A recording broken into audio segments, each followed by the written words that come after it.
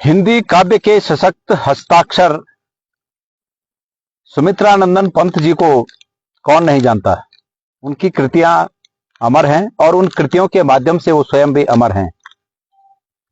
और उनकी जो कृतियां हैं, उनकी जो पंक्तियां हैं, उनके जो काव्य है, उनकी जो कविता है, खास करके प्रकृति के बहुत नजदीक। प्रकृति, उनको अगर हम कहें कि प्रकृति के पूजक कवि, तो ये कोई अतिशयोक्ति नहीं होगी। उसमें से एक कविता है जो बहुत पहले कक्षा 7-8 में हम लोगों के पास हुई, और वो थी कि जन कोलाहल से दूर एकांकी सिमटा सा निवास, रवि शशि का उतना नहीं जितना प्राणों का होता प्रकाश। ये राम श्याम के सरल रूप, मुन्ना मोहन बच्चू बिठू, इनको क्या चिंता व्याप सकी, जैसे धरती की हरी धूप, थोड़े ही दिन में ठंड झड़ी, गर्मी सब इनमें गई डूब। ये बहुत से ऐसे सहृदय लोग होंगे, कोमल हृदय लोग होंगे जो इस कविता को जीना चाहते हैं।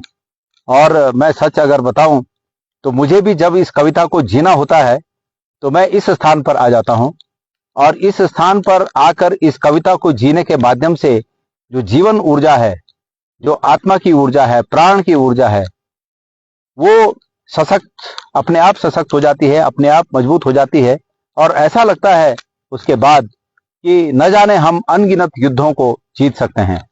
तो ये जो कविता है, इस कविता को जीने के लिए निसंदेह ये जो स्थान है हमारे उत्तराखंड की, ये देवभूमि है, ये उसी, शायद ये कविता भी सुमित्रा नंदन पंत जी ने इन्हीं जगहों पर, ऐसी जगहों पर बनाई होंगी, ऐसी जगहों पर उनके उद्गार निकले होंगे।